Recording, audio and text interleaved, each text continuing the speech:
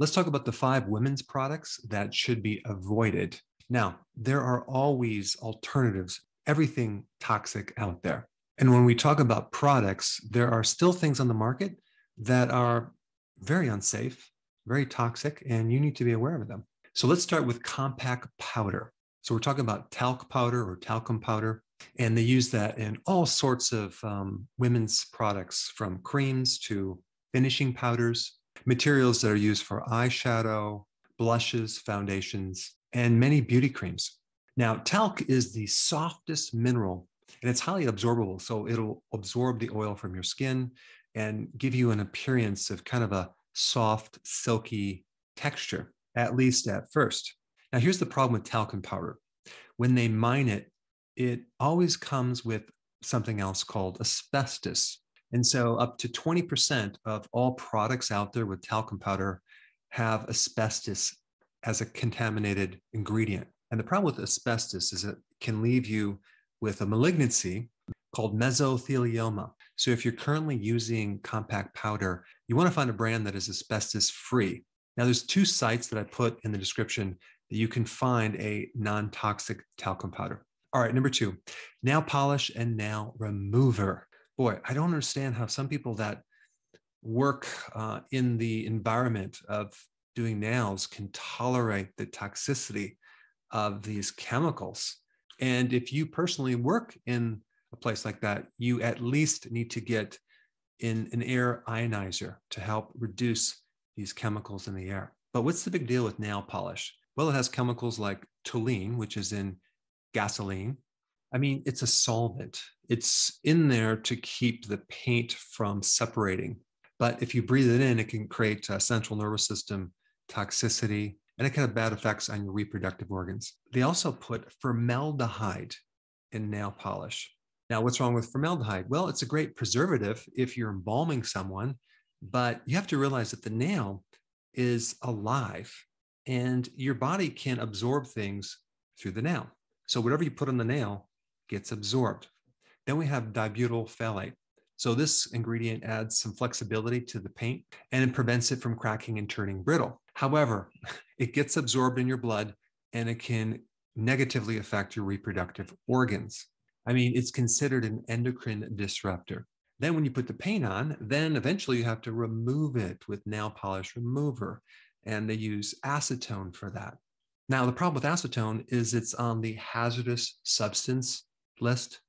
It has a clear, colorless, kind of a sweet odor, and it's a solvent for oils, fats, waxes, resins, plastics. I mean, if you read this list, it's incredible. It's like, can cause headaches, nausea, vomiting, dizziness, lightheadedness, and even passing out. It may affect the kidneys and the liver. It's a flammable liquid and a dangerous fire hazard. Oh yeah, and then in the first aid section, skin contact. Quickly remove contaminated clothing. Immediately wash contaminated skin with a large amount of soap and water. Well, guess what? You're putting this right on the surface of your body. I don't know, do people think that it doesn't get absorbed, or because it's on the nail and the nail is supposedly dead, which is not, is somehow not going to affect them? Now, as far as a cancer hazard, acetone has not been tested for its ability to cause cancer in animals. So even though they didn't test it, doesn't mean that it can't cause cancer. So anything that is a fire hazard should not be put on your body. What I recommend is simply find an eco-friendly, non-toxic nail polish and nail remover. They have them, and I'll put a link down below with a few that I found. All right, number 3, intimate wash products. They call these feminine hygiene products, which they have washes and wipes and shaving gels and lubricants. And apparently a lot of women buy these products, but are they really needed? And what are they doing to the microbiome that lives in the vaginal canal? The chemicals are killing the microflora and altering the pH. There's a much increased risk when you use these products of developing cervical cancer, UTIs, pelvic inflammatory disease, HPV, genital warts, genital herpes. But why? Because you're destroying the immune system. Those microbes are the defense mechanism. And so if you don't have a defense mechanism, you're more susceptible to getting unfriendly pathogens. The normal lactobacillus that lives in the vaginal canal produces lactic acid, which actually really helps the pH become slightly acidic, and that acts as another barrier. So when the pH increases and becomes more alkaline, a woman becomes more susceptible to having a lot of problems and irritation and redness, etc. So a very simple solution is to use a probiotic for vaginal health, okay? I don't have any brand names, but you definitely want to check that out and go in that direction. All right, then we get to number 4, hair removal creams. And the chemical mostly used is called thioglycolic acid. Now, anytime you put anything on your skin and then within minutes later, you can wipe off your hair, that should bring up a red flag, because what this acid does is it dissolves the keratin in your hair. And guess what? Thioglycolic acid is also on the hazardous substance list.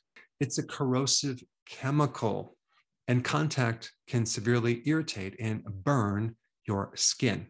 Now, as far as the cancer hazard, well, they haven't tested it to see if it causes cancer in animals, so the jury's still out. But check this out. It says avoid skin contact, yet you're putting it on your skin. And it even says to wear protective gloves when you're using this acid. So if you don't like hair on your body, don't use this chemical. You might want to just wax. All right, and number 5, permanent hair dyes. There's over 5,000 different chemicals that they use in dyeing your hair. And unfortunately, some are known carcinogens. They can cause cancer. The chemicals are going on your scalp, which has the ability to get absorbed and go right into your bloodstream. And they can act on your endocrine system. They can affect your hormones. Some chemicals are considered endocrine disruptors. And in one large study called the Sister Study, which was performed on 45,000 women, they found there was an increased risk of breast cancer and bladder cancer. So there are natural dyes out there that you should use. But when you're dyeing your hair, always ask questions and look at the ingredients of what's in this dye to make sure they're just not filled with a list of chemicals that you can't even pronounce. And because we're on the topic of chemicals and toxicity, the next best video for you to watch would be the one on the liver. Check it out right here.